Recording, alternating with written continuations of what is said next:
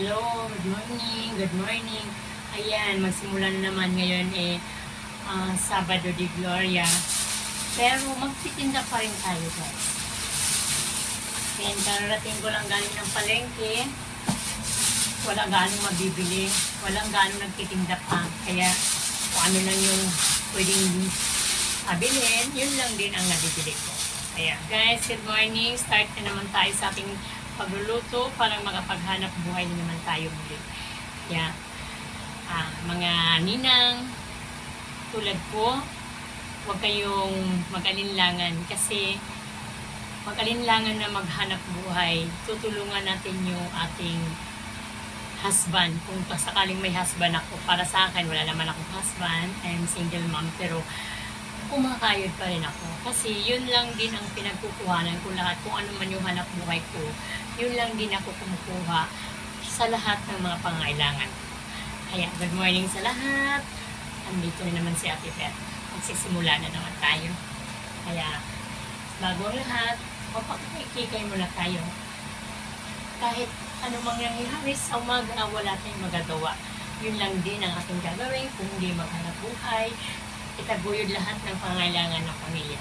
Lalo na sa mga nag-iisa, nanay ka na, tatay ka pa. Kailangan kayod ng sobra.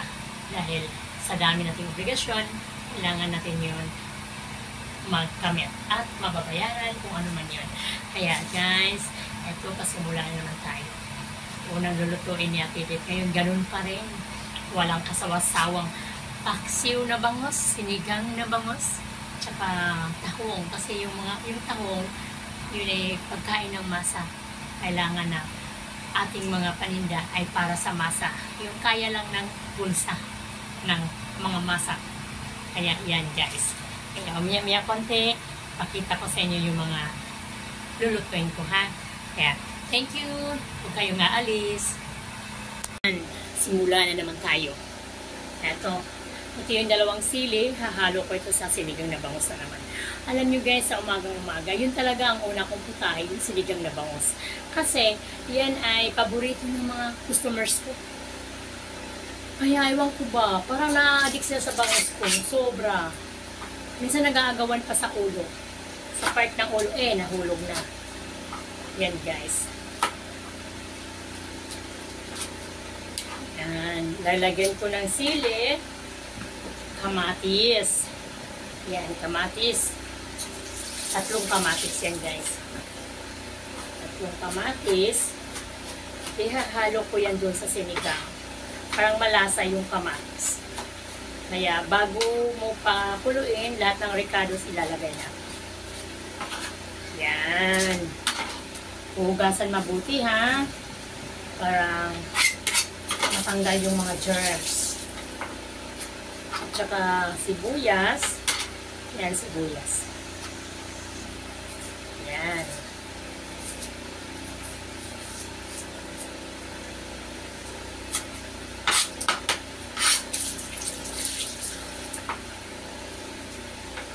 Excuse me.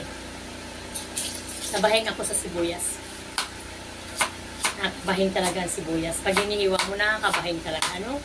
Pumapasok sa ilong. Yan guys. Sunod, tiga lang muna. Huwag kayong aalis at ako'y kukuha ng labanos sa ref. Kasi yung labanos ko nasa ref. Tiga lang ha. Yan lang kayo.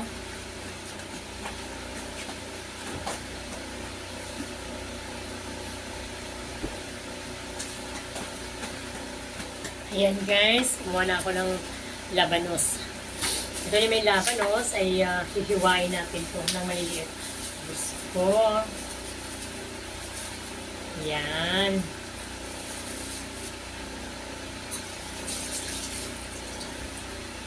Yan yung labanos guys.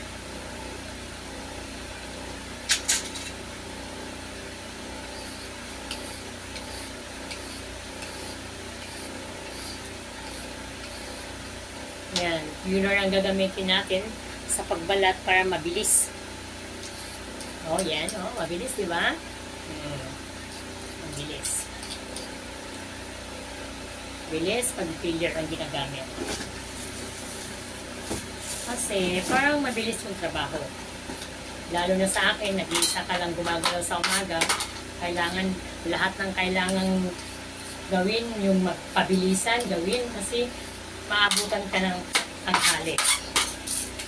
Kailangan mabilis din ang galaw mo. Parang lahat ng trabaho ay magagawa. Yan. Good mornings. Shout out sa lahat dyan. Mga taga-Baka, Butuan City.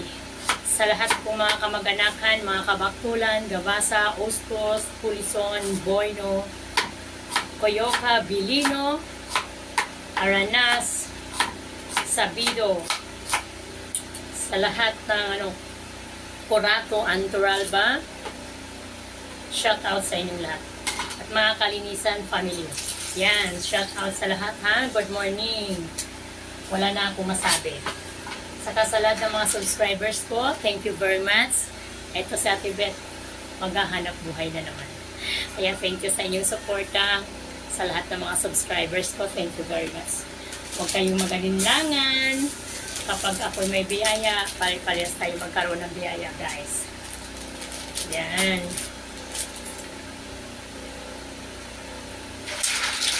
Ito naman yung yan, guys.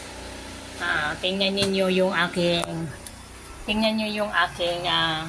prepare na sinigang na bangus. Ayan po yung mga ingredients na pinakukuluan ko muna habang ayan, mahina lang kasi yung apoy kaya hindi pa masyado siyang kumukulo. At ito naman yung aking tahong. Marami pa akong may papakita. Hindi ko pa na ilalabas. Kaya guys, thank you very much sa inyong panonood ha. Mamaya ay ating susundan kung ano pa yung mga putahe na aking ipapakita sa inyo. Hindi pa yung mga finished product. Kaya maya, magkakaroon tayo ng finished product. Ipapakita ko rin sa inyo. Kaya, thank you very much guys. Huwag kayong aalis. May kasunod pa ito. Thank you. Guys, yung ating finished product ng bangus na sinigang. Ayan, kumukulo-kulo. Yan guys ha. Very delicious. Yan ang ating unang putay sa umagang ito. Ayan, susunod natin ay tahong. Yan ang tahong ko guys. Ayan. Yan ang tahong. Yan ang susunod natin putay. Kaya, napakasarap. Puro pang masa ang ating putay sa umagang ito. Pangatlo kong putay. Galunggong na pagsew. Grabe guys, no? Alam nyo guys, yung aking tindahan dyan sa Munting Karinderya ko sa Block 46 ay talaga namang dinadayo yung aking paksiw. Masarap daw ang timpla, hindi maasim, hindi rin siya tabang sa sukat. Talagang timplado. Kasi po ako, si Bibet ay nagluluto. Siyempre, mula sa puso yan, kaya masarap talaga ang mga niluluto. Kahit hindi naman yan pang mayaman, pang masa lang, basta mula sa puso ang iyong niluluto ay masarap talaga. Kaya guys, ayan ang pangatlong putahe ko.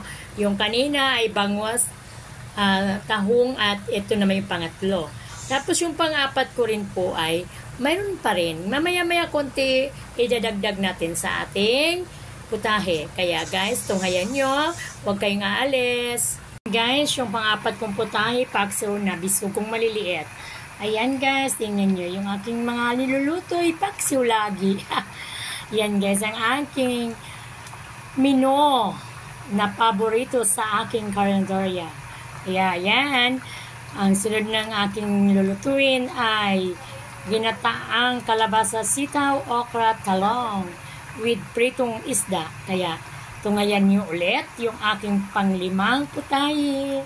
Hello, bye-bye! Guys, yung panglima kong putahe ay ang kalabasa at sitaw, talong, okra na ginataan with fried fish. Yan, tingnan nyo guys. Ayan, maluluto na yan. Ayan. Alam nyo guys, lahat ng luto ko ay lutong masa. Kayang-kaya sa bulsa. Kasi ito po yung order namin sa aming gulay ay 25 per order lang. Masarap na, malinis pa. Kaya guys, panoorin nyo to. May kasunod pa itong dalawang putahe. Wala akong chicken, wala akong pork. Dahil yun ngayon ay Sabado Gloria. Bawal pa yata yung mga baboy. Pero hindi ko alam kung totoo. Ha? Kaya guys, thank you very much. Ayan, ang aking panglimang luto. Panoorin nyo. gulay na ginatan. Pang-anim na luto, paksiw na dilis. Ayan, medyo maraming sabaw kasi alam niyo dito sa amin, kahit paksiw akala mo nilaga. Dahil gusto nila sabaw. Palagi na lang sabaw. Sabaw ng paksiw, sabaw ng kung ano-ano. Gusto nila sabaw, lalo na pag sabaw ng manok. Grabe, manok na adobo. Ang una, ang maubos ang sabaw, huli ang laman. Ayan guys, ang pang-anim na luto na Tibet, paksiw na diles. Thank you for watching guys. Mayroon pang kasunod tayo, pang-pito yung tilapyang gata. Yes, mamaya-maya konti, ang tilapyang gata ay ipapakita ko rin sa inyo. Thank you! And guys, ang pang-pito pong putahe ay ang tilapyang gata. Kumukulo-kulo na naman guys. Kaya ang sarap-sarap niyan with pichay. Yan guys ha, yun ang pang-pito po. Ay, thank you Lord. Natapos rin ang aking pagluluto sa umagang ito. Ito yung panghuli kong luto. Tilapyang gata. Thank you. Thank you for watching. Don't forget to subscribe my YouTube channel, Bebet Gabasa. Paki-like, share, and subscribe at paki-komento na lang. Thank you very much. Have a good day and good morning.